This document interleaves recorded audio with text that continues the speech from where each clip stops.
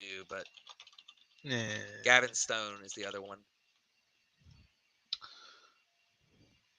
okay. I don't know that that one matters so much. Let's see if we're live. It doesn't matter for the yeah. I hit the button. Let's Okay. see what we got. We on Twitter? We are on Twitter. Hey, All hey. right. Let's see if we're on YouTube, and then we'll give Damien like a 10-second countdown for the recording, and then we'll be good. All right. We're live on YouTube. What do you know? Mhm. All right.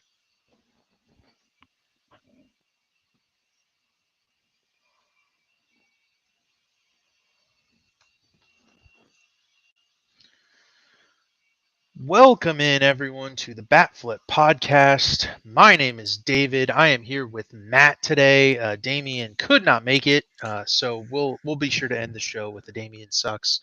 But for now, Matt, how you doing this week? I know this weekend maybe not so good on your end, a little better on my end. We'll briefly do our college football segment of the Bat Flip podcast. Yeah.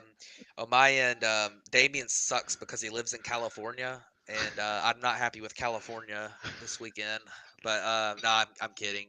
And Damien's an Oregon fan, and they looked bad too. But even though they did win, but yeah, yeah, it was a tough weekend for me in the college football level, but my NFL team somehow won because Travis Etienne can't hold on to a football, and that was fun. And I had to throw a dig at David there with the Clemson fan, but and then yeah, I had a good week though. It was a good week, and my baseball team did okay this week. They had a pretty easy schedule, and they won. I believe they won 4 out of their 6 games, so pretty solid week. The Mets have been on fire and have caught the Braves now. We'll talk about that in a little bit. So that's been a problem for me. But my team, my team can only perform how my team performs, and you can't control anything else at this point. So if they win 4 or 5 games in a week, then that's a good week for them. And Yeah. but yeah, moving on to David. How are you doing? I'm doing pretty well given that my team set. I think it was the most points scored in a half in one game thus far this season for any FBS team, and it was the best the offense has looked in 4 years. You could they haven't looked that good against FCS schools. It doesn't matter who the opponent was. Like they threw the deep ball, they ran the ball really good. The quarterback play was great. Like it was. We're not talking about football, but football's on the mind because it's college football, it's NFL season, and my goodness, Yeah, that was a great game. I'm super stoked about that. Had a great day yesterday, but David. now we're here to talk about baseball. I do want to warn you. My team scored 73 points in their first game against an FCS team, and then they looked like absolute dog crap in their second game on Well, offense. look So at it this way. Look at it this way. We've already had the dog crap game. Well, we're started okay, off okay, like that okay. against Georgia, but It was you Georgia. know at the very least, I feel better about the rest of the Yeah, season because Georgia's Georgia. They're very good. But they didn't. I mean, bottom line is the offense did not look like that against Georgia. They did not have those plays. They didn't have the speed. I'm really happy about it. Let's move to baseball and talk about these playoff races to start here because we talked. Me and Damien talked about them last week without Matt. They really haven't changed very much, which makes it tough on us to discuss baseball content specifically because we last week we talked about the Yankees and the Orioles, and I think they were tied last week. Orioles might have been a game up. Yankees are now half a game up over the Orioles, and this week's schedule, they both teams play the Red Sox this week. The Red Sox get a chance to play spoiler. Um, the Yankees have the Royals. The Orioles have the Tigers. What are your thoughts on this race for the AL East and, in all likelihood, the number one seed in the American League? Like I said, we talked about it last week, so I'll just let you give your thoughts on this entire race because we kind of boiled it down pretty well last week. But yeah, what do you got? yeah. I like the Yankees here right now. They have a little bit easier schedule remaining. Even though this week I believe with the the Orioles having the Tigers and Red Sox. I'd rather play the Tigers than the Royals. Both teams have the Red Sox, so I think the O's have a slight advantage on the schedule this week. But the Yankees going forward, their strength of schedule is a little bit better. I probably trust the Yankees bullpen a little bit more. The Orioles bullpen is just, you know, I don't trust the back end of Yeah. that bullpen right now. And when you start getting these really late season pennant race games, that pressure just ramps up late and it ends up being an issue with the Orioles right now. And the Orioles, for that matter, their pitching rotation's pretty thin too, just in their Yep. starting staff. I mean, Corbin Burns is good. I believe Grayson Rodriguez is Down. down still. Yep. Is he? He's hurt. He's throwing bullpen sessions, so he might come back somewhat soon. But Right. um, yeah, he's still down. So I mean, you're looking at like Albert Suarez, and you know, obviously Corbin Burns is still there at the top of that rotation. Dean Kramer, I think, is healthy right now. Zach Eflin's been pretty good for them so far. Obviously the offense is what carries this team, but yeah, I mean, it's when it comes to the when it comes to the when it comes to this race, I think I just trust the Yankees veterans. And I mean, Aaron Judge and Stanton and Soto, they've all been there before. And the O's, I know they were there last year too, but it's a little bit different. The O's maybe have been there one time, and not all their players have been there. Like Colton Cowser's their second Hmm. leading WAR guy. He wasn't up last year most of the time, at least. So we'll see what happens. I do like the Yankees here right now, though. Yeah. The one issue, and it was an item that Damien and I touched on a little bit last week, was that as inexperienced and questionable as the back end of the Orioles rotation is, or sorry, the bullpen is, the Yankees bullpen has been equally questionable of late. This week, last week I mentioned that Clay Holmes needs to have a good finish if he wants to get paid this offseason. He's going in as a free, unrestricted free agent. He's been the Yankees closer for a couple of seasons now, and there's always kind of been this lingering question on whether or not he can just be that anchor guy that closes games. And I think right now he's got like 11 blown saves on the season. And this year this week rather, he blew another save. And to the point that Luke Weaver got a save against the Cubs this weekend. So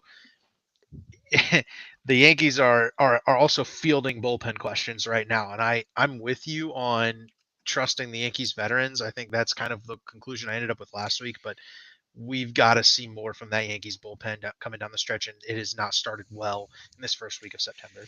Yeah, yeah, and when I say the Yankees bullpen, I trust more. It's not necessarily a me saying that the Yankees bullpen is great by any means. I trust that Clay Holmes is going to be a little inconsistent, but he'll be better down the stretch than Kimbrel. And I think that the secondary pieces they have, like Leiter, and they've got and you mentioned Luke Weaver, who's had a pretty good year, and they've got a couple other guys too that I do trust a little bit more. And I mean, their pitching staff is also capable of pitching deeper into games at times too. Luis Gill's been really good, and then obviously Garrett Cole. So, um, we'll see. I think it's a tough call between the two. They're both really good teams, and they're both virtually playoff locks at this point. So, I think the Yankees clinched already being in the playoffs, or I don't know. It doesn't I matter don't, because they're going to if they didn't already. But yeah, I don't think we're there yet, but I think maybe next week this time yeah, we'll be talking some clinches.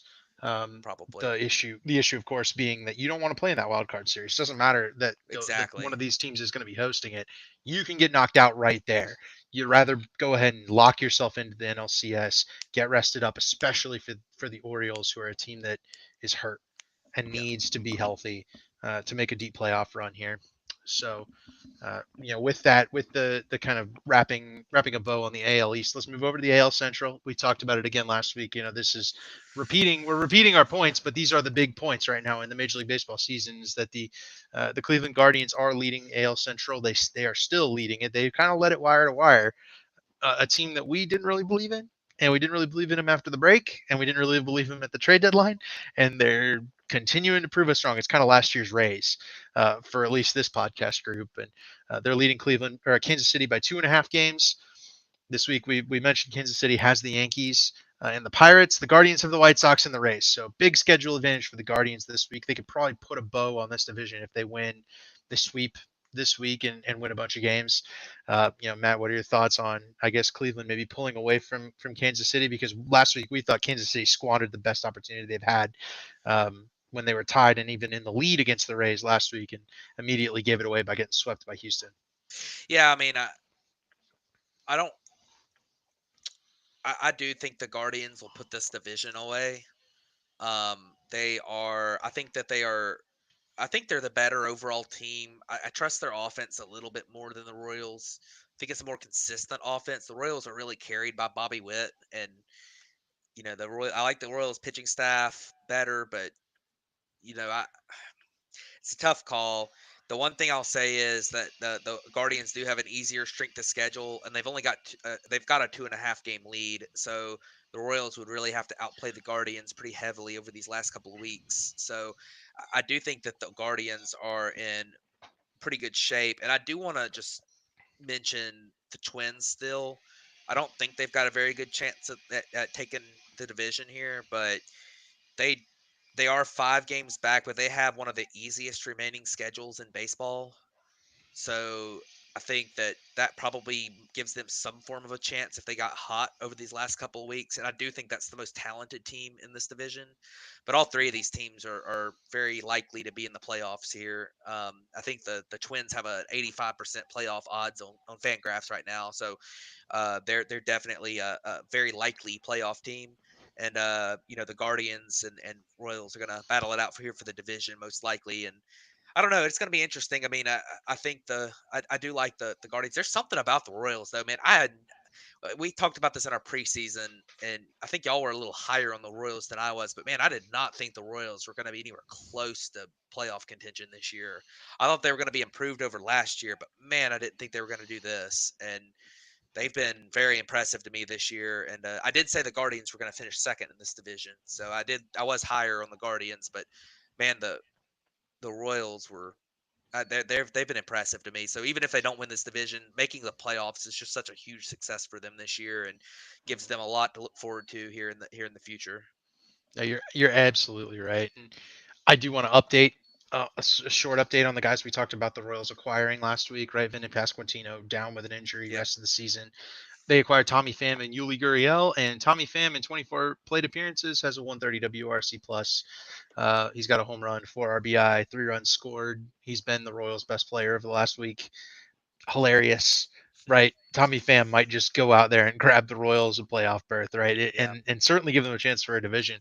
They're going to need Bobby Witt to step it back up. He's only got a 70 WRC plus this last week, and they probably need more from their MVP candidate if they're going to want to get back past the Cleveland Guardians this week. But um, you know, they did not take advantage last Yeah. week, and it's still 2.5 games. That margin is no longer a small margin at this point. You have got to string together wins, and this offense looks pretty inconsistent right now, and it's part of a product of having been inconsistent all year, kind of relying on Bobby Witt, and then also losing a Vinny Yeah. Pasquantino down the stretch. That doesn't Yeah. help anything. Yeah. Well, we're talking about the AL Central here. I do want to shout out the Tigers. They're still over Mhm. 500. Uh, I Mhm. have I didn't even realize that until today. They And were my team, and yeah, when I was high on the Tigers, and yeah, they yeah, I feel vindicated. It's just they're not as good enough, well, and it's they've had a lot sad. go wrong this year too. I mean, you talk about Hmm. Spencer Torkelson is just not. We saw some flashes from him last year, thinking, man, this guy could end up being good, but he's just been awful and has been in the minor leagues a lot. And Yeah, I don't know if he's back up right now or not, but he man, is. Yeah, yeah, he's been rough this year. And then I mean, they had Colt Keith was a guy that a lot of people were very high on coming into the season, who's really struggled in his rookie year at he's been times. So very good he's been lately. good He has lately, but really turned it he might be around. figuring it out. But for the season as a whole, Hmm. it's been not as not what people had hoped for from him. He's still got a um, 96 WRC plus. 96 WRC plus, below average hitter. His defense has actually been pretty good, which is better than He's he's a expected. young athletic kid, and Yeah, I am fully of the belief that he'll get it yep, going. And I will say Spencer Torkelson in the yep, last month has put together 114 WRC plus. So yep. So I guess we're doing this again with Spencer Torkelson. he's We're gonna. you can't quit a guy like that, right? I mean, Yeah. he's a first round pick talent. Like it's very Yeah. difficult First to overall pick.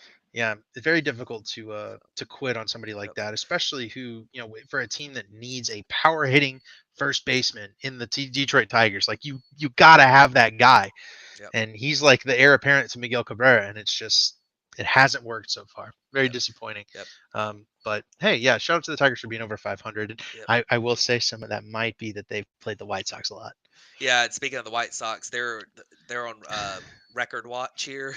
um, 33 and Hmm. 111. Yep. So I don't know what their record has to be to avoid the 62 Mets, but I think they got to win a lot of games. So I don't think that's going to happen. They So I can't lose think, nine, right?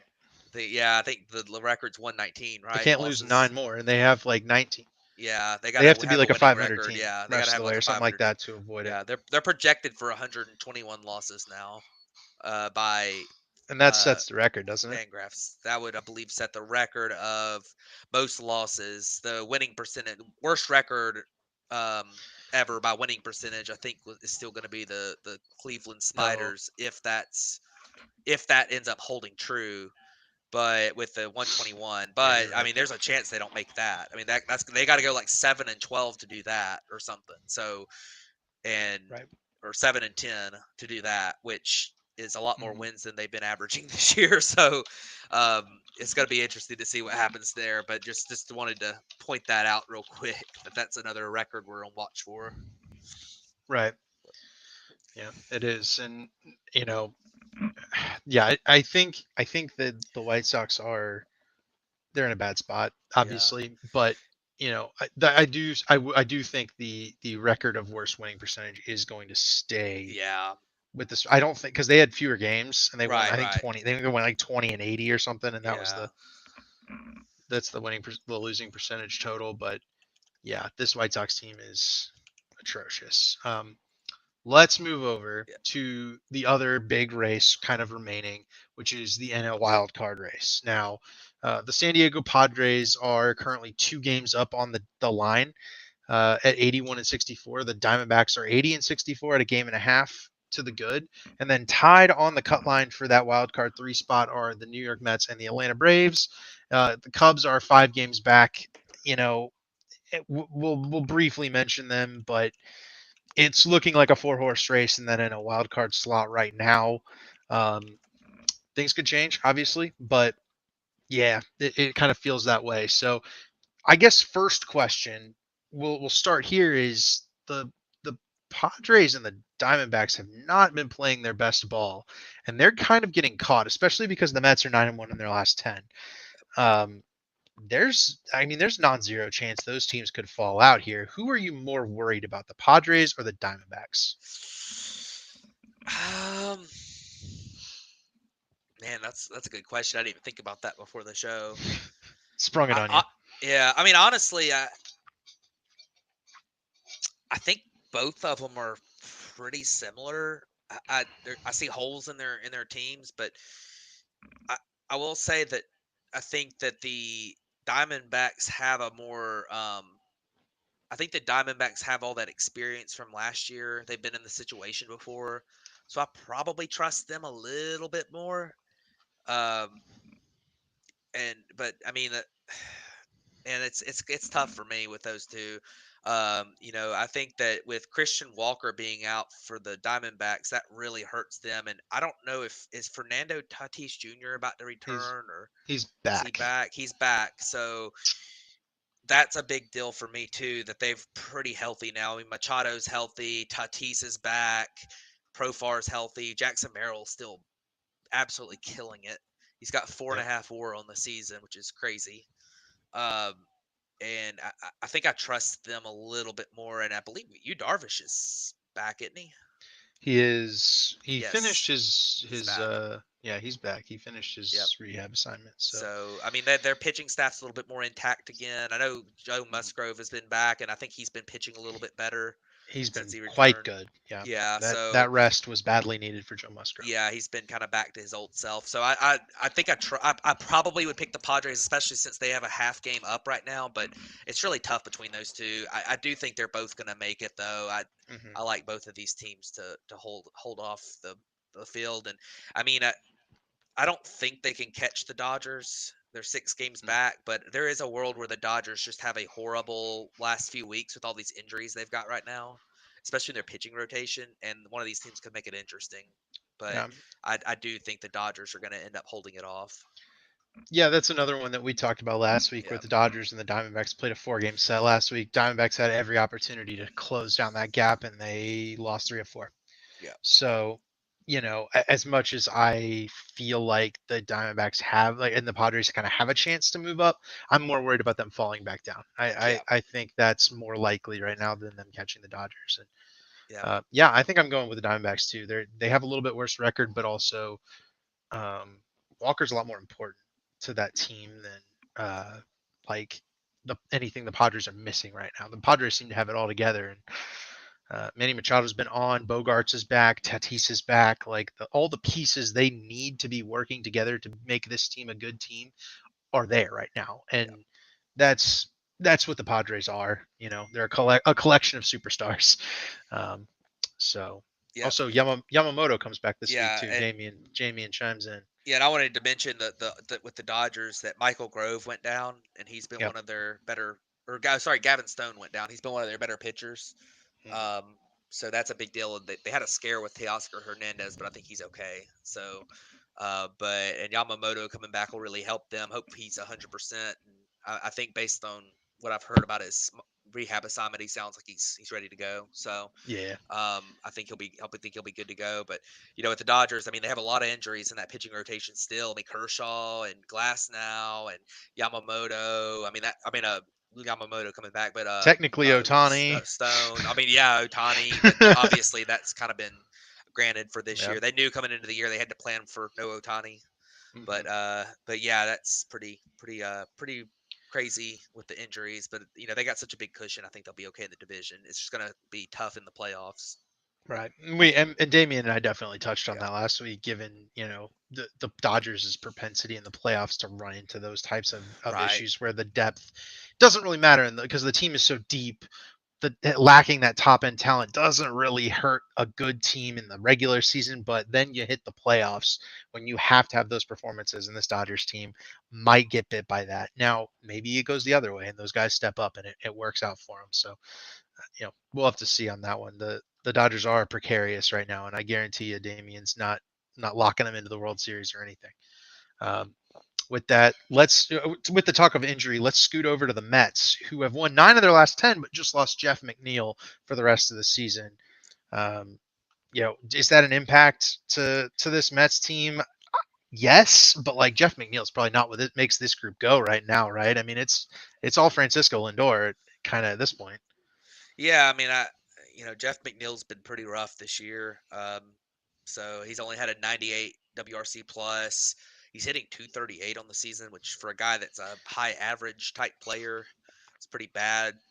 He has put up 1.3 WAR, but yeah, Jeff McNeil being hurt, it doesn't help because he is at times has been a really good player, and that's important. That he's got some track record, but he has been hadn't been one of their better guys this year. But yeah, you mentioned Francisco Lindor and Mark Vientos. I want to shout Yeah. him out. He's been really good. I'm pretty surprised, honestly. I did not think he was going to figure it out, but he's looked pretty good at times. He's got a 150 WRC plus this year, which is pretty good. I Yep. would say, Yeah. in 378 plate appearances, so the sample size is no longer a small sample size.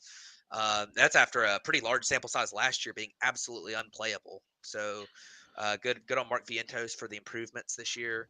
But yeah, I mean the Mets pitching staff is just held together by like you know duct tape and paper clips and whatever they can get their hands on, Flex Seal, whatever.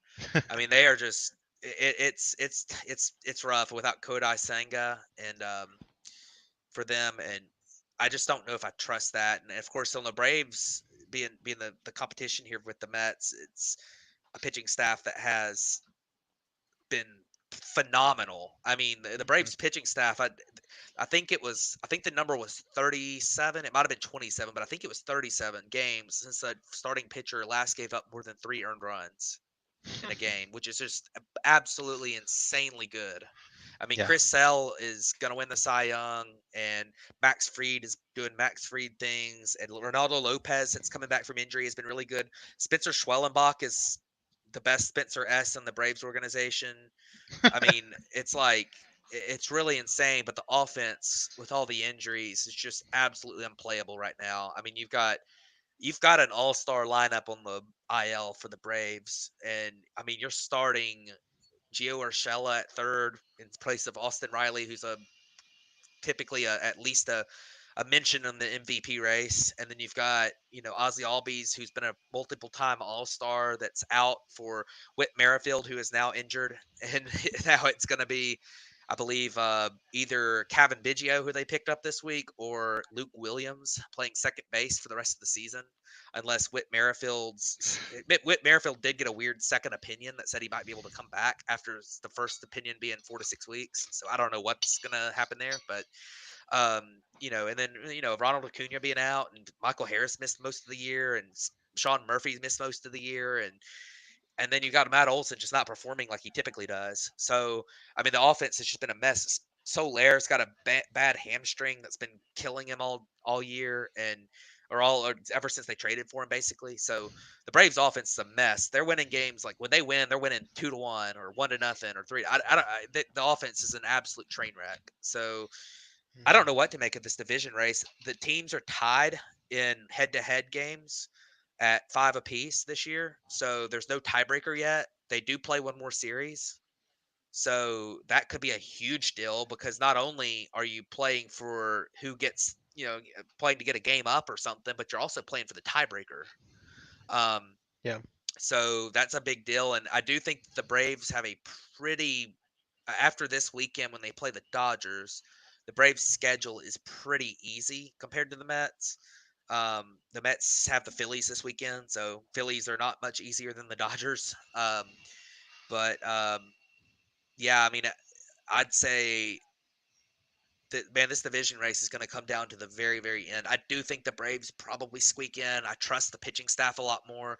I think they're going to be more in every single game than the Mets. I think there's going to be some games Mhm. that the Mets just aren't even competitive in because of the pitching, but the Mets can score. So, um, it's going to be interesting. I think that one series will probably have a pretty big determination on which team takes over and wins this last wild card spot. And of course, these teams are only a couple games behind the Diamondbacks or the Padres. So if one of those has a bad week, I mean, both these teams could pass them and be in there. So um, but it's gonna be very, very, very interesting to see what happens here in the wild card. This is a tough race. There's a lot of teams involved. I mean, I guess theoretically the Cubs could go on a hot streak. They're 4 or 5 games back, but I don't think that's going to happen. Even though they have a super easy schedule remaining, but we'll see what Yeah. happens. It's One. a Yeah. it's a tough Yeah. it's a Once tough the call here. Go ahead. Once the Cubs finish with the Dodgers this week, the schedule does get back to lighter. But the problem is they might already be too far back. Yeah, yeah, And what we said last week, of course, with regards to the Cubs was you have the Yankees and the Dodgers coming to town, right? Well, the Yankees coming to town, you're going to the Dodgers. If you're ever going to look like a playoff team, you got to go beat those teams. The Cubs rather simply did not beat the Yankees. In fact, they didn't even look competitive in 2 of the 3 games, which they lost. Like, got one hit on Friday in Rizzo's return. Like, it's not something that a playoff team does, right? You have to go out there and be competitive, and the Cubs are just a step behind right now. And when you're looking at this race, 4 very strong teams, especially offensively, right? Especially when it comes to like the Mets, how is your team going to catch them if you're unable to put together even 2 hits against a team that is really good? But like you have to go out there and beat if you're going to win in the playoffs. Like you have to go beat other good teams in the playoffs, and you're putting up 1 hit. yeah. It's stuff like that that is indicative that that's not a Yeah. playoff team, and it's back to the drawing board We again for the Cubs. yeah we do need to mention though. Speaking of the Cubs, they threw a no hitter. That was this It week, did throw right? a Y'all no didn't hitter. talk about Yeah, we, yeah, this that was since y'all y'all had the podcast It last week. was the game before. Yeah, Yep. it was Wednesday night, I think. Yep.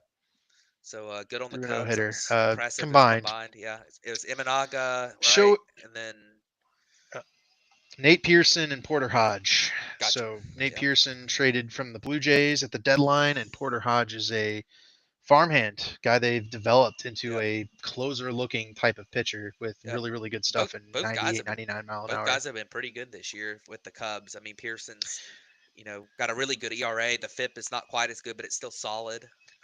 And then of course Porter He Hodge has gave been up good. about Pearson gave up like 3 homers right when he got over. Yeah.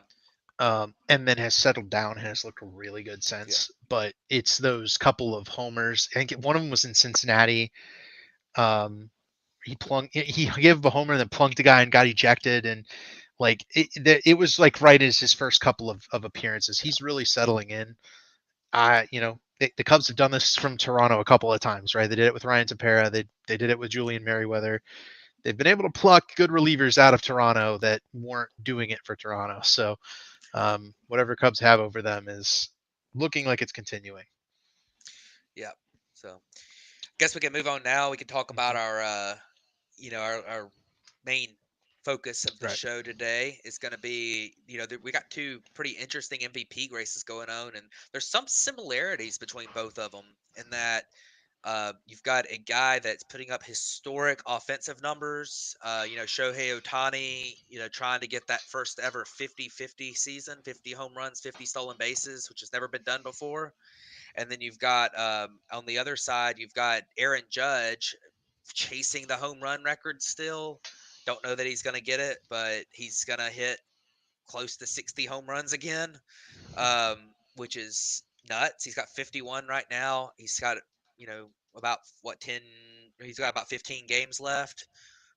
So 20, close to 20 games. So I kind of doubt he hits nine more. He hits, he'd have to hit like 12 more. It's been a little bit cold lately, compared to what he was. So Aaron Judge is still in the discussion here, but both guys have some competition in that Francisco Lindor has taken the WAR lead in the National League, and Bobby Witt Jr. has evened Aaron Judge's WAR lead in the National League. So both of these players have not been the most valuable player in baseball based on the statistic that measures who's more valuable. So we're going to have a little bit of a discussion here, and I'll let David go first on this one because I think we have some differing opinions here, but maybe not like super different. But the difference here is that the defense. Bobby Witt Jr. is an elite shortstop, and Aaron Judge is a pretty mid center fielder who can play there, but he's DH'd a lot this year too. And then Shohei Ohtani is a straight up DH this year because of the arm injury. He's not pitching. And Francisco Lindor, as in Bobby Witt's case, is an elite shortstop as well. So the offense versus defense argument, and David, what are your thoughts on the MVP race, and then just who kind of your thoughts on that offense versus Yeah. defense thing in general? So I laid this out. I kind of went on a rant this week, and this kind of spurred my thoughts that this needs to be kind of a podcast topic because we've got to talk about this, especially on our platform where we're the Bat Flip podcast, right? We tend to promote offense a little bit more anyway. Um, the first thing I want to note is that since 1980, Bobby Witt and Aaron Judge are currently tied for 21st in wins above replacement since 1980. That's already historic, right? It's really good numbers. But if you sort this list by WRC plus, Aaron Judge's 2024 currently slots in amidst the Barry Bonds 2001 to 2004 run, where he won 4 consecutive MVPs and was just another level when it came to offensive production than we've maybe ever seen. And Aaron Judge is currently sitting at 214 WRC plus. We have not seen a season at above 210 since Barry Bonds in 2003, and he's the only one who's done it since 1980. Like Aaron Judge is doing Barry Bonds things, and that's the difference, right? And is Bobby Witt's having a really good season. Like I promise you, Bobby Witt's having a fantastic season, a season that in many other years is going to win him an MVP. But he is not having the like greatest offensive season of all time against his league type numbers, right? Aaron Judge's season is so good because it's so much better than what the league average type hitters are currently doing for the league around him. And that to me is so much more valuable than wins above replacement. And it's so much more valuable than defense. It's so much more valuable than even Bobby Witt's been the best defender at shortstop this season. Like it doesn't matter because Aaron Judge has been the best offensive player in 30 years plus. And it's like that is more impactful to a baseball team, and it's clear in the records of the teams that's more impactful in a baseball to a baseball team than it is playing really good defense at shortstop every day. But there's a threshold where defense becomes more valuable than offense. But the way I think that we are failing to describe great offense is that we are evaluating like a difference in say and I'll bring in Lindor and Ohtani one for this is that I think Ohtani is the clear and away front runner for the MVP for the NL. And if we're just looking at wins above replacement, we're failing to understand the bigger picture of the only reason Lindor is up front of Ohtani is because he's been such a good defender at shortstop. But the Dodgers also have a good defender at shortstop. If you're pairing if you're pairing two players, the team with Ohtani is always going to come out on top in this sense because Otani's the better hitter. If you're comparing a DH and a shortstop, it doesn't matter who you put at shortstop. Otani's the better, like whichever one has the Otani is the better group. The difference in Ohtani to the 30% difference right now that we have in WRC plus from Shohei Ohtani to Francisco Lindor is more valuable than the 30% difference between like Francisco Lindor and a guy who hits at like 100 WRC plus like Dansby Swanson. That's a bigger gap.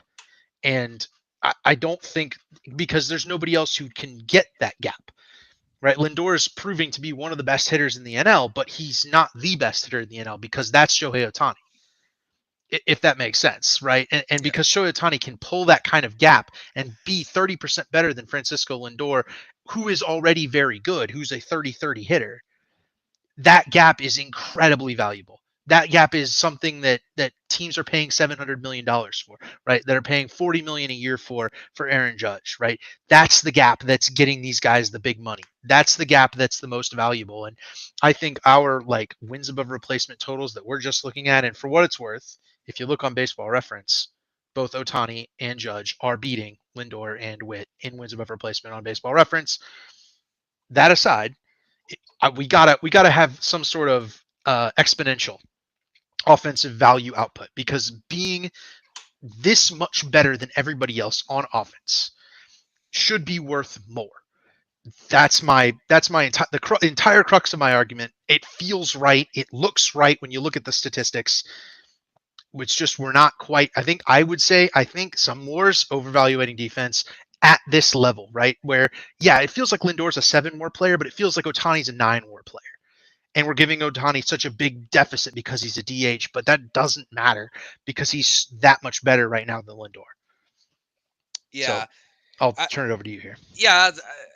I agree with a lot of that. I'm a little bit more in the realm that when you're talking about value to a team and just to the true definition of MVP, in my opinion, the definition between a 210 WRC plus and a 170 WRC plus is the exact same as the difference between a 170 and a 130. I mean, and for that matter, a 130 and a 90. I mean, that's kind of the way it scales, and I do think that is I do believe that, but now with an MVP discussion, there's more to MVP than it just being the most valuable player. In that, a lot of times that's not necessarily what they do. I mean, they're not gonna vote in an MVP on a team that's terrible unless they're just head and shoulders above everybody else, like Mike Trout a couple times. Like it's not a matter of it's not necessarily who's just the most valuable. And I think War typically does a pretty good job in that. Now, when you talk about defense, it can be difficult to measure because obviously the defensive metrics are somewhat subjective, Mm-hmm. and there's different ones that read differently. Sometimes there's a wild swing between two different metrics. Like you might have a 6 outs above average, but a -2 DRS or and -5 UZR. Like it can be weird. So sometimes you can't just fully. You have to take the whole picture into account. And but I think that Ward does a pretty good job. The one thing that I think Ward does, it's one thing that I don't like about it, and I think that it's somewhat fair, but it's not really fair. Is that the with the positional adjustment, and this is the big thing with the DH too. It's almost impossible to value the positional adjustment because Aaron Judge is capable of playing center field at a average level, which would put him not at a -9.8 defensive value. But the Yankees are trying to keep him fresh, and the Yankees are forcing him to DH some, and that's why he's got a -9.8 defensive value. And Shohei Ohtani probably could play the outfield at a high level if the Dodgers would let him, but they won't because they're Right. trying to rest him and because they're scared he's going to mess his arm up more or something. So and that's not a bad decision. I don't want to make it sound like them being scared of that is bad. I wouldn't play him in the outfield either. I'm just saying that like that these players probably do have more value than they're getting credit for on their defensive metrics just because the team has a certain strategy. And that could be said for other things too, like Adley Rutschman as a catcher. He DHs a decent amount. Plays first base a little bit. Like that's one thing that Adley Rutschman's defensive value on in the WAR metrics is a little bit lower because he DHs some, and Yeah. same goes for what's his name, Jake Cronenworth is another example. Jake Cronenworth was a very good second base defender, and they've been playing him at first, which is a negative defensive value position. While he's capable of playing second at a high level, they just bumped him off of it because they have they got so many Right. good middle infielders. So it's one of those things that and in some ways they're not adding value to the team by playing the position, so I get why it's not put in their WAR, but at the same time sometimes the player's value is higher because they can do those things. So it's one of those things. It's kind of a fair and unfair at the same time, but I think that's a big deal. And when you take into account too, like Aaron Judge and Bobby Witt, like Bobby Witt has been a monster defender at shortstop. He's saved countless runs all year this year. And Aaron Judge has DH'd a lot. He's played a pretty average, below average center field, but Aaron Judge has as much or more WAR depending on which metric, which WAR site you look at, because he's been such a better offensive player, and that's what a WAR is for. Because it kind Mhm. of tries to value everything into one. And don't forget, Bobby Witt Jr. also has stolen 30 bases, has a really good base running metric, and Aaron Judge is not so great in that area. He's been fine, but he doesn't add a lot of value in that way. So I do think that I am with you. I'm with you on Aaron Judge should win it. Shohei Ohtani should win it. WAR is a metric that and I think we're all guilty of it. I've definitely been guilty of it in that I take WAR a little bit too literally. Where like I say, well, if you got 8.5 WAR, you're better than the player with 8.4 WAR.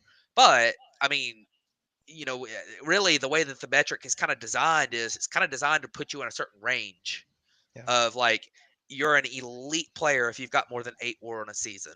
You're MVP caliber. If you have 4 to 6 WAR, you're very very good, and you're probably an all-star. If you got like 2 to 4 WAR, you're a solid everyday regular. 0 to 2 or 1 to 2 WAR, you're like a platoon, a pretty solid fourth outfielder type guy, that kind of thing. And then if you got 0 WAR, you're like the last player on the bench, you're a replacement level, whatever, injury replacement, that kind of thing. So WAR is supposed to be put into that category of putting you Yeah. into certain kind of just categories and put you into discussions. Like Shohei Ohtani and Francisco Lindor in 2024 have been in a similar category, and also Ellie De La Cruz is close to that threshold as well. He's 1 WAR behind Francisco Lindor, and that's kind of the threshold where players are pretty similar. I mean, Ellie De La Cruz has played elite shortstop defense. He has stolen 62 bases this year, so it's a big deal. But all that being said, in that I think the offense does weigh a little bit heavier, especially when guys are tied or really close and more. Offense should be the tiebreaker.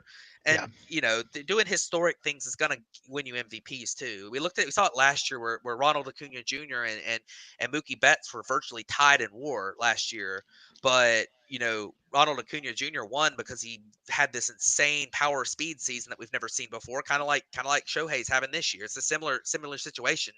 I mean, Ronald Acuna Jr. added added a little bit more defensive value than Shohei, but he didn't add a lot last year. He was pretty poor in the outfield, and he won over the elite whatever Mookie Betts was playing last year. I mean, he plays everything. So Yep. second base, but I guess he was playing second most of the year last year.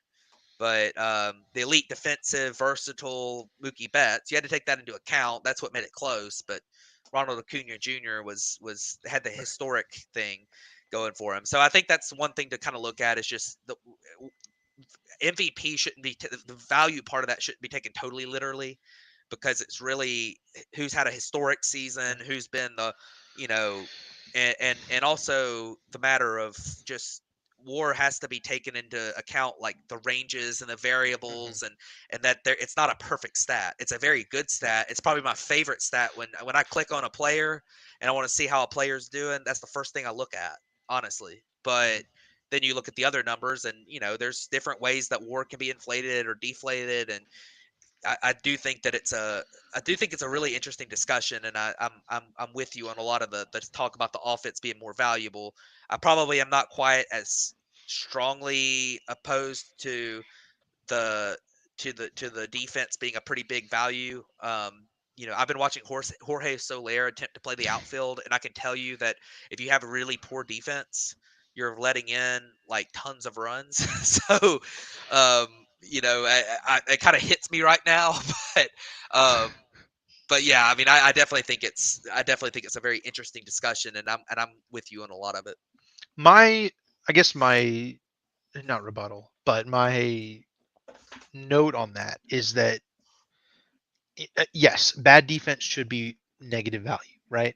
Like that's obviously a you know a stance I think everybody's going to have, especially when it comes to these accumulating numbers. But you know, I don't believe we should be penalizing players for playing DH or first base, given that somebody's got to play those positions, right? And I was looking into who's played DH when Otani hasn't played. He's missed 3 games this season.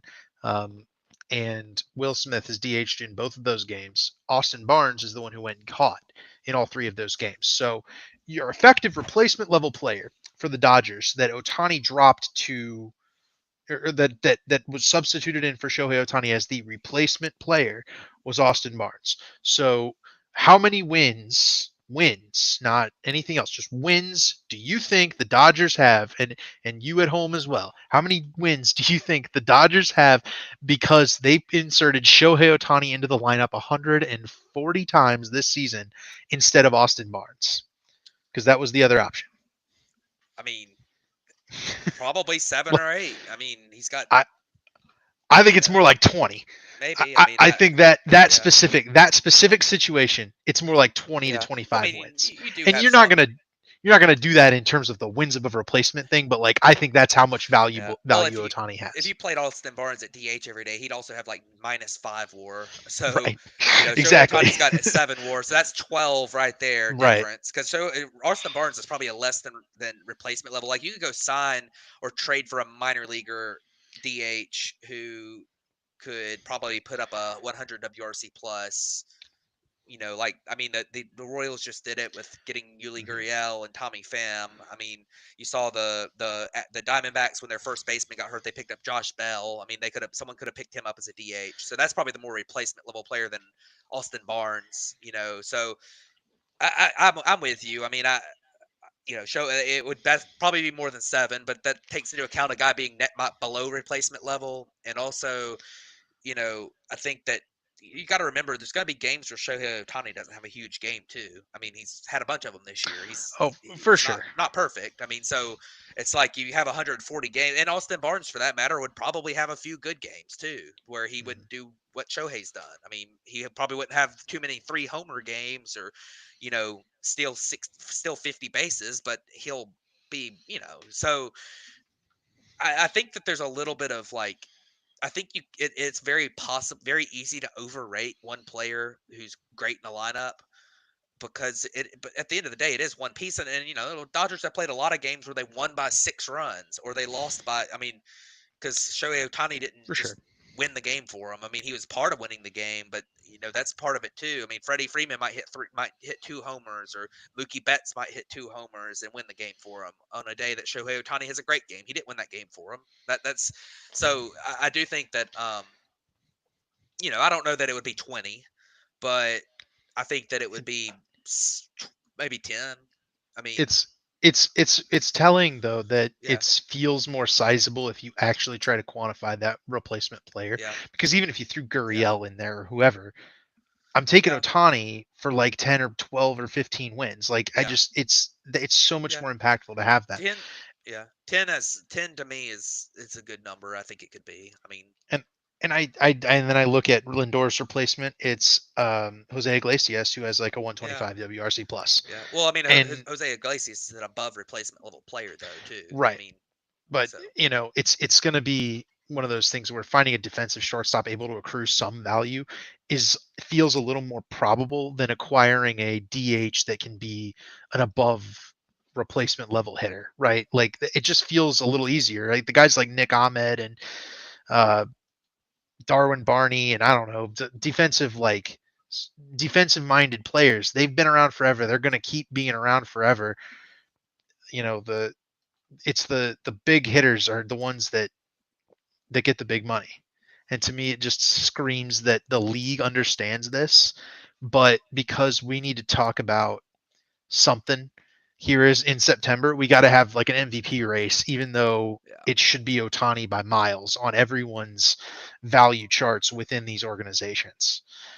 And it's publicly available data, right? I don't know what these teams are doing, but to me, I look at this WRC plus leaderboard. I'll finish with this, and then we'll touch on some Triple Crown races for the Cy Young Award potential like front runners.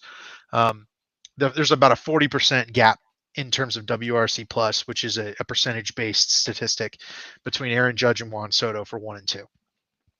That if you go 40% down from that, there are 9 players, right, in that next bracket. You go 40% from there.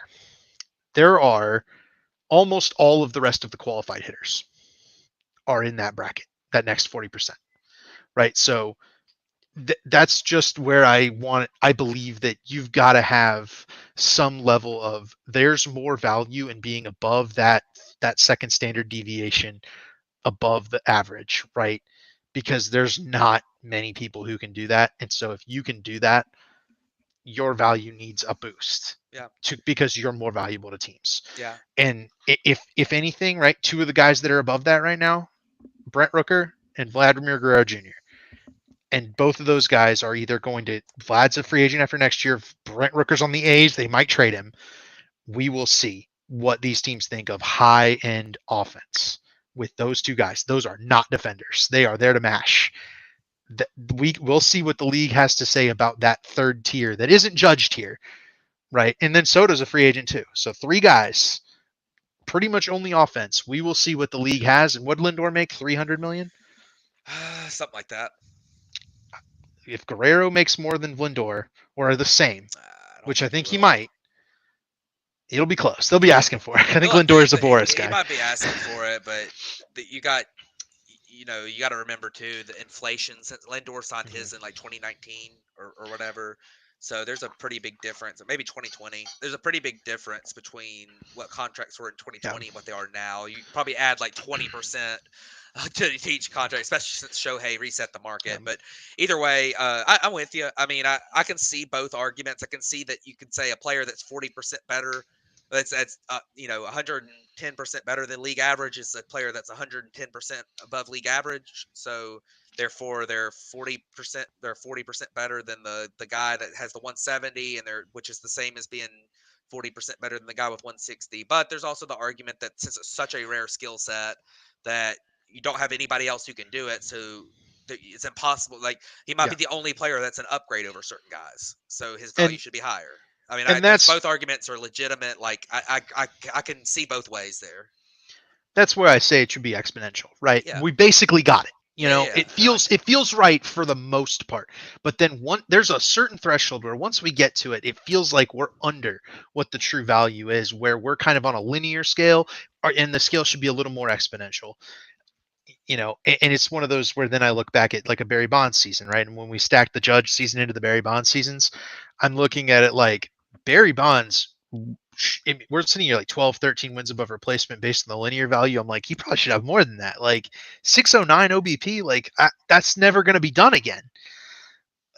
You know, it's all about how we want to view statistics, because at the end of the day, what speaks is the wins on the field.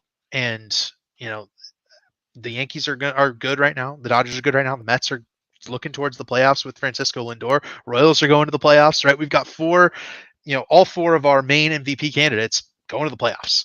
It's been a while since that's happened, I think, and yeah, it's that's pretty going to be cool. really refreshing to have all those guys in there. Well, I guess Speaking of the the playoffs potentially, is one of these guys that'll be in the playoffs maybe is the Cy Young race. I think is not a race. We've got two pitchers hunting the triple crown right now, and one is your Chris Sale, whom I believe, and I'm going to check our predictions. I know I had him as my dark horse NL Cy Young candidate. Actually, he might have been my straight up pick. It was either him or Justin Steele. Um, but I might have had oh somebody at Screwball too as their boy, oh Cy boy, Young that's a picks. big We've been picking him. difference. Steele had a good season. He's Yeah, just but not has did not I have was a gonna Chris say Sale not season. you did pick Steele as your guy and Sell was your Yep, dark horse. yep. I did get the And team right. who picked Screwball? Yep, I you picked had Screwball as your Screwball as dark my dark horse. horse. Yep. Yep. So we Hey, each grabbed this. I got the team right on my Cy Young pick. It's just the guy that got hurt in the first week of the season. Yep. But Um, so those guys are both going for wins, which pitcher wins not not super important, but understandably still a nice little thing to check off because they're pitching deep into games. Strikeouts and ERA currently, Chris Sale and Tariq Skubal leading both yeah, leagues in all three categories. What do you make of this? The pitching dominance these two yeah, lefties have displayed. yeah. I mean, I'm honestly, I'm a little bit surprised with Chris Sell that he's pitched enough innings to have the most wins. You know, and let me just mention on pitching wins for that matter. It's a terrible stat. But generally, you can't have a really high win season. I mean, everyone ends up equaling out to a certain level. It's hard to have a really high end season on wins if you're not pitching well. I mean, it is. Even if you're on a team with an elite offense, if you're a poor pitcher, you're probably not going to win a ton of games. You have to be at least decent. And if you're a really bad pitcher, if you're a really good pitcher, you're probably not going to lose a ton of games. You might lose some games that you give up one run and you lose 1-0 or something. But it's not a good stat at all. But there's some merit to better pitchers have more wins a lot of times. And there's a reason that the two best pitchers in baseball by every other metric have the most wins this year. Chris Sell, 16 wins. He's got two more than second place. Tariq Skubal's got, I believe, one more than second place, which is Seth Lugo, his division rival. ERA, you've got Chris Sell leads the National League by a lot. He's got a 21-point lead in ERA over Zach Wheeler. Tariq Skubal, interestingly enough, Jack Flaherty is the next guy in line, but that's pitched in the American League this season. A teammate of Tariq Skubal for half the season, but since he's pitched in both leagues, I'm not even sure how that number works. But Tariq Skubal's got a 44-point lead in ERA over Framber Valdez, who's the next qualified guy, and then in strikeouts, you've got Tariq Skubal with a 4 strikeout lead on Cole Reagans, and Chris Sale has an 8 strikeout lead on Dylan Cease. So these are close races. I could see if Dylan Cease maybe gets one extra start compared to Sale over the down the stretch, that could be a big difference. Same goes for Skubal and Reagans. I'm very glad that Skubal is getting his opportunity to have enough starts to get this because, you know, my thought at the All-Star break when the Tigers sold and they're out of it was that they were going to just start like giving him like 8 days or 7 days of rest every time they pitch him because they want to save his arm, and he's a guy that's dealt with some injuries in the past. but they haven't done that. They've kept pitching him, and honestly, the Tigers are still theoretically somewhat alive because they're over 500. They're only, I think they're like 4 games back or something. If they won 10 games in a row, they could get into it. I mean, it's not time to just quit. So even though it's very, very, very, very unlikely, but yeah, I mean, just what an incredible season. Both of these guys. I mean, Chris Sale. I mean, this is just crazy. I mean, he has not pitched more than 102 innings since 2019, which 2019 he pitched 147, 2018 he pitched 158. So he really didn't pitch a ton, and he didn't pitch a full workload in 18 or 19. The last time he pitched as many innings as he's pitched this year was 2017, which by the way was his best career season Yep. by WAR. And this year, if he had gotten to that, if the Braves didn't have the the limits on him a little bit, they have given him a lot of rest at times, especially early in the season. He'd be above his 2017 season. This has been the best season of Chris Sale's career on a rate basis, other than maybe 2018, which was an injury, which he ended with injury. So this is just absolutely nuts with what he's done this year at 35 years old, coming off the injuries he has, and Tariq Skubal. I mean, this guy has been overshadowed a little bit in his career. He has been very, very good at times, but he hasn't really been thought of as like this, some kind of like superstar, future superstar pitcher. But I mean, he's played the part this year. I mean, he's been incredible. I mean, there's not a whole lot more you can say about either one of these guys. They're both just absolutely incredible pitchers. They've been they've been fantastic this year. So it's been very exciting to watch.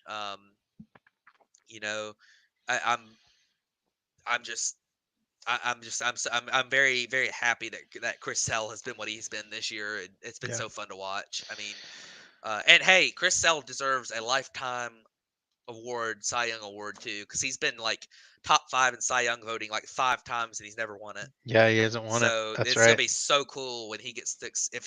Assuming that these last couple weeks don't go terribly and he keeps pitching and whatever and wins the award, that's gonna be so rewarding for him to get that Cy Young finally. Yeah, that's huge. And I will say, with regard to that 2018 season that you mentioned, he did end that throwing the last out of the World Series Yeah, that the Red sure Sox did. won. So, you know, Chris Sale's, he's ended on top of the mountain before, and Tariq Skubal's future is very bright. Whether that's in Detroit or not, we will yet, kind of yet to see. But for now, Detroit looking comfortable to let him chase this triple crown. Uh, keep pitching him at least 5 innings every game to get that pitcher win, and those two are hunting history. The Triple Crown maybe not as prestigious as the stuff we're talking about with Ohtani, with Judge. Those guys chasing more prestigious awards. Obviously, Ohtani 50-50's never been done. He's currently sitting at 46 homers, 46 stolen bases. It's well within reach, right, for Shohei Ohtani there. So, um, you know, these guys not doing anything that hasn't been done before, but they should get honored. I think maybe at this point the only thing that Chris Sale needs to be thankful for is that his teammate Ronaldo Lopez didn't get qualified. Right, Ronaldo Lopez is a Oh, 204 ERA yeah, on the year, and he ended up missing that time. But had yeah, no Lopez kept going through there and kept that ERA down, he would be the thorn in Chris Sale's side right now. So that and Paul Skeens has not had enough innings right, to get there. But Paul Skeens is a 2.13 ERA in 114 innings before tonight. yeah, yeah. I So do wonder. Chris Sale's, this is the right year for it. It is interesting you mentioned that. Can Ronaldo Lopez get to where he's qualified? Because he's at 127 innings. If he keeps pitching, if he pitches deep into a couple games, is he close? I don't. I think you got to get to like 1-4. I think he would need to create like 3 starts out of nowhere in Yeah, order to get there. I don't know. yeah. I mean, if he's So we'll theoretically, if see he if it pitched if like it if that's the seven, kind of thing that pops up at the end. yeah. Because if he pitches like he's probably got 4 more starts, right? So if he pitched like 6 or 7 innings in each start, say he pitches 6 innings in each of his next 4 starts, his last 4 starts, he'd be at about 161 innings at that point. So he would be right on that Sorry, that'd be 151 innings. Right on the My math edge. is horrendous. So, yeah, I mean, that If I that go is to the right on the last. edge, and it'll be interesting. I don't know. I mean, um, but it's pretty remarkable, and of course, Chris Sale's also getting starts and probably push, and somebody will push that qualified envelope up. So, definitely interesting. I want to mention one other guy. Speaking of Chris Sale and his historic stuff that nobody's talked about, the fact that Rizal Iglesias had like 40 straight hitters retired for a little while there. I don't know if we ever It's pretty mentioned good. that, but yeah, I just wanted to bring I that don't up think while we're so. talking about. Yeah, well, talking about his story. Nobody was talking about it around baseball, but every time you watched him, you're like, man, 1, 2, 3 inning on 8 pitches, and he's been insanely good this year. 118 ERA for him too. So I just wanted to bring that up while we're talking about Yep. the Braves pitcher history here. But Hmm. but yeah, definitely interesting Cy Young races and the Triple Crown watch in both leagues. I don't think that's ever happened before. So That would be crazy. Yeah. yeah, and it's also the in the batting, Aaron Judge for a while that was close to maybe being in the Triple Crown race, and also for a long time Ozuna was up there, but Ozuna has fallen off a little bit on the home run pace, and Otani's taken that over pretty easily. So, but yeah, I mean, Aaron Judge is 50. Aaron Judge is a really bad 2 weeks from Bobby Witt, or a really hot 2 weeks from Aaron Judge away from Triple Crown as well, because he's only Yeah. 15 points behind Batting in average. average, and he's gonna win in RBIs and home runs. So, Hmm. There you go. Worth noting, last year the lowest innings pitched for a qualified pitcher was 162 with okay, Christian Javier. yeah, that's gonna be So tough it's for I don't think Lopez gets yeah, there. I don't think Um, Lopez is going to get there. I don't know what qualified will be this year, but if it's 155 or something, then maybe he's Lopez got will a be close shot. to it. But He has not yeah, pitched deep into games. That has been his yeah, maybe Achilles heel. I think yeah, they let him go through the order yeah. twice, Well, and that kind of falls fifth yeah, inning he's ish. pitched a little bit deeper into games at times than that, but he's also missed like 5 starts. So he had that little elbow issue. He was on the IL for a couple weeks. That really hurt him in being qualified and winning the ERA title. Right. All right. Well, that'll be it for us tonight. Bit of a fun little discussion on that MVP race, and then yeah, there's your update on the standings as well. Any final thoughts, Matt, before we send them off? I don't think so. Going to be a very interesting week.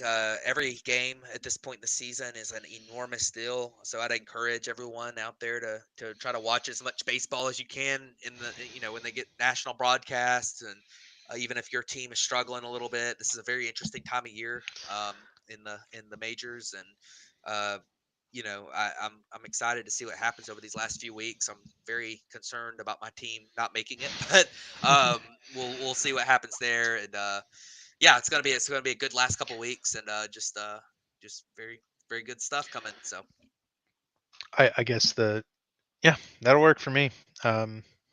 There's big games coming down the stretch. Me and Damien's teams play tonight. It hasn't even started yet because West Coast, Worst Coast. But yeah, it is, and that's part of the at reason least that for at Damien. least for having to watch games over there. That's part of the reason that Damien sucked. By the Yeah, way, we do have to end on Damien sucks because he wasn't here tonight. But see you next week, everybody. Same time, about 7 o'clock Central, 8 o'clock Eastern, 5 o'clock Damien sucks time, and we'll catch you then. Bye.